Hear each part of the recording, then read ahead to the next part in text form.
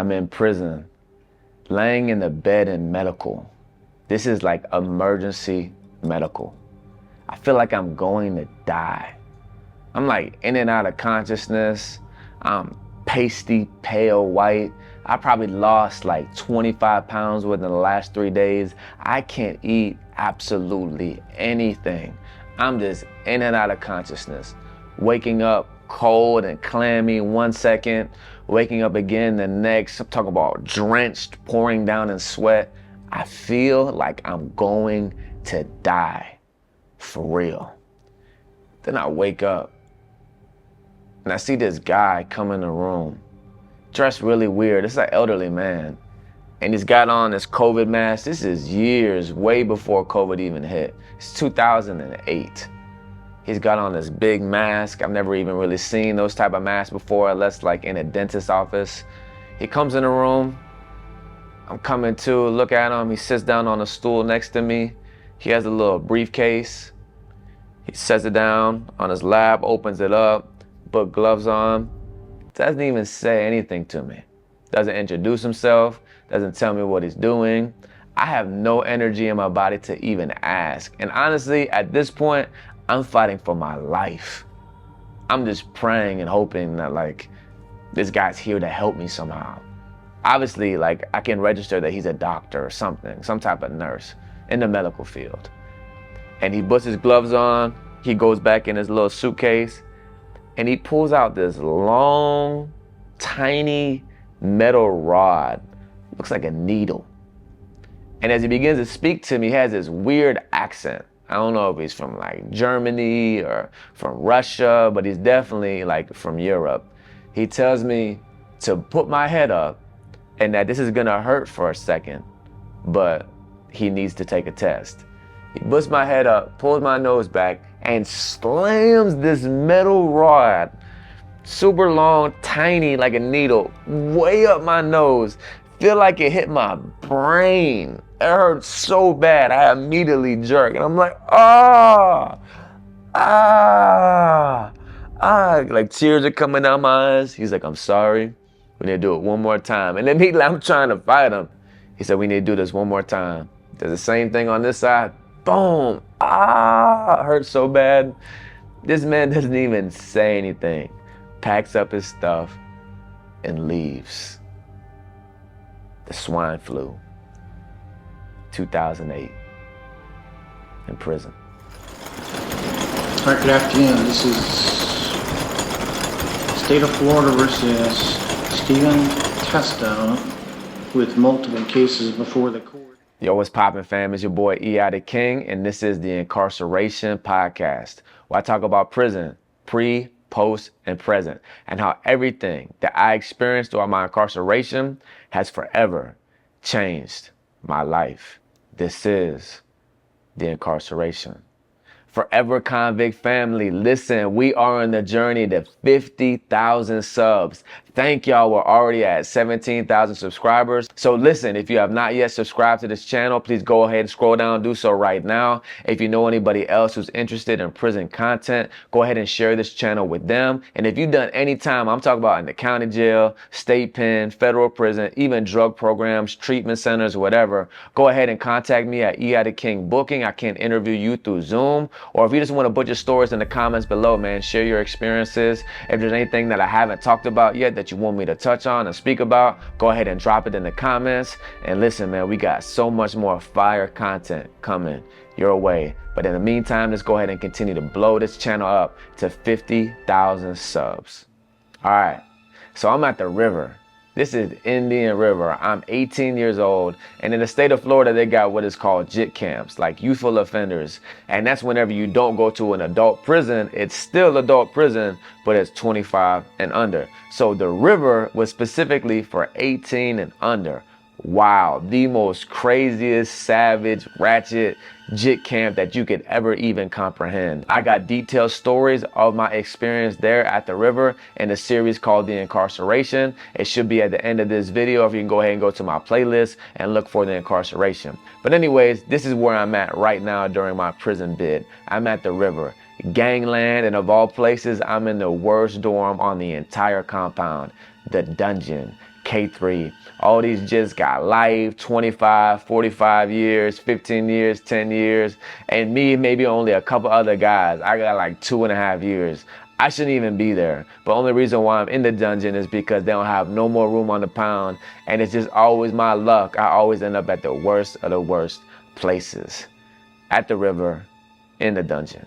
So at JIT camp, man, one thing I've always shared about, and you'll see as you continue to watch the content, the police administration treat the JITs entirely different. They're very hostile, aggressive, and a lot of times from my experiences and what I've seen, very abusive as well. So they make you march. It's part of like, I guess the punishment of trying to break you down and rebuild you, kind of like military style. You got to do PT, personal training every day, jumping jacks, squats, push-ups, exercises. It's all lame. None of it really like does anything for anybody. But some prisons, like at the JIT camps, they were known for like PTing the hell out of the jits to where they're actually like working out for real. But from my experience out of all the years at JIT camp, all the PT was whack. It was just part of the structure to try to like I guess, you know, reshape you and kind of make you like feel like you're in the military. It's part of the punishment. But what I'm getting at is you got to march everywhere. You got to march to chow, you got to march to rec, to canteen, to your call outs. And you got like, you know, squad leaders who, you know, they march on the outside of everybody else, and everybody's got to be in, you know, lines and uniform and forward march, your left, your right, left, your left, your left. And there's all these different cadences, and you know, it's the JITs trying to make it fun, and they be rapping during the cadences, and they got all this slang and talking trash about the guards at the compound or the food and all that. And they even have marching competitions and all these things. But not only does the administration force the inmate population, the JITs, to march, but also too, man, like 90% of all the JIT camps I've been at, the inmates will make other inmates march as well. And the reason why, and it's kind of like police, I never really understood that, nor did I agree with it, but I did understand the mentality why. So the administration, they would threaten, you know, the JITs or the dorm, especially the dorm, because you only really march in your dorms. Like, yo, if you ain't marching and sounding off, like marching correctly and being loud, you're not going to get any rec, and you're not going to canteen. Like, they try to take away your privileges because they want you to be uniform and submit to their authority and to do the right thing. So the JITs who would run the dorm, and this is another reason for them to be violent and to fight and get away with it or whatever. If JITs weren't like marching correctly or sounding off or being loud, like in line or marching, whatever, they would latch them, they would jump them in the dorm. And a lot of times the police would turn a blind eye because in a sense, they're kind of like working for the police. And these would be like gang guy, you know, gang leaders and gang members and all that. So to me, like that part of JIT camp, like I never really rock with that. Like, and I never even agree with it. I always thought it was lame. Like, why are you doing the police's job? That's crazy to me. Whatever, that's a side note. But what I'm getting at is, you know, all the JITs, you know, they want to march and sound off because not only are they in fear of getting like, you know, punished or yelled at or slapped by the police, but also they're in fear of getting jumped by the JITs too, you know, because, you know, they're serious about the canteen and yard, and rightly so. Everybody wants yard and canteen, but I still disagree with them doing the police's job. I understand it's kind of policing your own, and I feel that, you know what I mean? But it's still, in my eyes, it's like you still like working for the police, whatever. But the whole point that I'm getting at is, you know, it was mandatory to march and to be loud. So it's probably 5 o'clock in the morning. They wake us up for chow, and I wake up feeling deathly ill. I remember, like, I didn't even say nothing to my bunkie. You know, he keeps waking me up, and apparently I just keep falling back to sleep, you know. But during this time where I locked down a lot, so we're not able to hit the window, we're not able to go to canteen, so you need every meal. So my bunkie, he's my homie, he's looking out for me. You know, my cellie, he keeps waking me up, like, yo, like Testa, bro, like, yo, this child, you know, he keeps hitting my bunk. And I'm so sick and so deathly ill, I guess I'm not even really like registering what's going on. I keep falling back asleep. So he keeps waking me up. He's like, bro, like, it's child time, come on. So I finally get up, and I guess like I'm already like pasty white, ill, looking sick. So when I'm like getting out of the bunk, you know what I mean, he looks at me, he's like, dawg, like, you good? And I'm like, nah, bro, like, I don't feel good at all. You know what I mean? I'm like sweating, I got night sweats. And I remember, like, I think that night before I didn't sleep all that well, but I don't remember that too much in detail. But I remember while I'm walking down the stairs and when I'm trying to like go out to the sally port, I'm like the last one. I'm normally always the last one anyways, just because like I don't like being caught up where a whole bunch of people are, and you know, like I'm in no rush to get the child, whatever. I always like walk the last in line. That's just how I am. I just walk slow, whatever. So I remember while we're going out to like get information, I'm hurting. I'm talking about I'm hurting bad. Like I'm hurting bad. And I'm already thinking to myself, like, I'm not gonna be able to march. You know what I mean? So I'm scared already in my mind. I'm scared of the police yelling at me, and for the most part I was cool with everybody in the dorm. But still though, like I don't want to bring no attention my way and get in some conflict behind, you know, people calling and, you know, doing the sounding off for the marching and all that, because I'm not sounding off and marching. So I remember we get out there and I don't even care no more. I don't even try to get in line. I don't even try to march. I just go out there and I'm just standing. And I'm like sitting down. I feel like I'm gonna die. And everyone starts marching and sounding off. I'm just walking. I'm feeling bad. I remember I look at the police and I tell them immediately. I said, man, I feel terrible, bro. Like, and I'm sure like now, like they don't care at all. They don't got no sympathy. But that's how I knew I was sick and that it was visible, because he looked at me and said, all right, bro, you good? He's like, you sure you all right? And I'm like, yeah, I'm good. Because man, I must have been like pasty white and I must have been looking deathly ill. So while we're walking to chow, while I'm walking to chow and they're marching, man, I keep stopping and I keep running out of breath. And I'm like, man, I can't make it. And finally, I'm like, man, I'm thinking to myself, like, I'm about to call a medical emergency. My homies in line, they keep looking at me like, bro, like go to medical, bro, call medical emergency. But at JIT camp, like, yo, you just can't call a medical emergency. If you don't have like a broken limb and if you don't have blood gushing out of you somewhere, like they're not gonna, number one, they're not even gonna let you go to medical. And number two, if you do go up there and if you don't have anything seriously wrong, like you'll go to jail, they'll slap you, they'll beat you up, you know, like it will be worse for you. So you don't ever call a medical emergency unless it's super, super serious. But at this point, I feel like I'm gonna die. I look at the police. I'm about to pass out. I'm like, I need to go to medical emergency. So he slowly starts walking me up there. I can't walk. I feel like I'm gonna collapse. And at this point in time, the bird flu is going around. Like, I really wasn't watching the news, so I didn't know what was going on in the world. But apparently, especially in the city of where this prison was, apparently there was already some outbreaks, like in society, of people with the bird flu. So it was a known thing going around throughout the nation and even in the city that the bird flu was kind of popping. Keep in mind now, this is pre-COVID. This is 2008, 2009-ish, 2008. And I remember when I get to medical, you know, they take my vitals, and I think immediately, because they already seen how pale white I was and how deathly ill I was looking, they immediately take me back to quarantine.